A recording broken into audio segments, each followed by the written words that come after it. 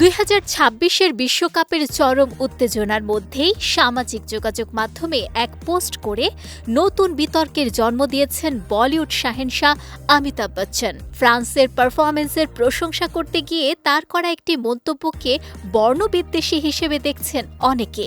আর সেই পোস্ট নিয়েই সামাজিক মাধ্যমে শুরু হয় তীব্র সমালোচনা, যা নিয়ে বিশ্বজুড়ে নেটিজেনদের মধ্যে ব্যাপক তোলপাড় চলছে। সম্প্রতি প্যারাগুয়েকে হারিয়ে বিশ্বকাপের কোয়ার্টার ফাইনালে জায়গা করে নিয়েছে ফ্রান্স। ম্যাচে একমাত্র জয়সূচক গোলটি আসে তারকা স্ট্রাইকার কিলিয়ান এমবাপ্পের পা থেকে।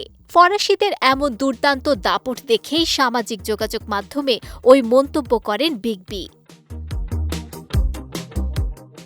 ফ্রান্সের জয়ের পর সামাজিক যোগাযোগ মাধ্যমে এক পোস্ট করেন এই অভিনেতা। তবে প্রশংসার ভাষা হিসেবে তিনি যা বেছে নিয়েছেন তাতেই চটেছেন ফুটবল প্রেমী থেকে সাধারণ দর্শকরাও।